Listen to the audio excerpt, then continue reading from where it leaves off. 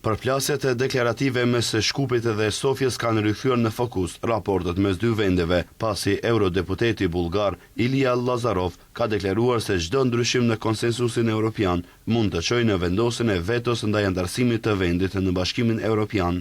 Në një intervistë për televizionin bullgar BGNES, Lazarov theksoi se eurodeputeti Thomas Vajc, sipas tij, po vepron në ndikimin e kryeministit Christian Miskovski dhe ministrit të jashtëm Tymcho Mucunski, duke akuzuar atë për krijim të zhurmës propagandistike. Kur një shtet aplikon për të hyrë në një klub si Bashkimi Evropian, ai duhet të respektojë rregullat dhe të sillet në mënyrë të përshtatshme. Nuk mund të imponojnë qëndrime të njëanshme, duke sfiduar marrëveshjet ekzistuese. Reagimi i tij vjen pas iniciativës së Vajcit për të propozuar amandamente në raportin e fundit të Parlamentit Evropian, ku vihet në pikpyetje protokolli i dytë i marrëveshjes mes Shkupit dhe Sofjes. Ky protokoll është pjesë e kornizës negociuese të BE-s dhe lidhet drejt për drejt me përfshirjen e komunitetit bullgar në Kushtetutën e Republikës së Maqedonisë së Veriut, një nga kushtet kyçe për nisjen e negociatave.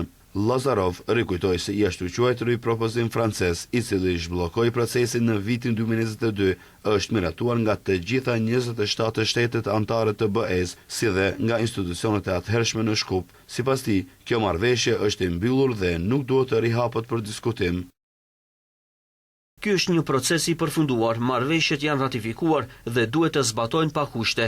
Çdo përpjekje për të ndryshuar ato përbën rrezik për gjithë procesin e integrimit. Në këtë kontekst, Lazarov bëri të ditur se në një takim me zëvendëspresidenten bullgare Iliana Jotova është arritur një qendrim i përbashkët institucional. Sipas tij, të gjitha institucionet në Bullgari, përfshirë presidentin, qeverinë, ministrin e jashtme, partitë parlamentare dhe eurodeputetët, janë të unifikuara në qendrimin se nuk do të lejojnë ndryshime në kornizën aktuale.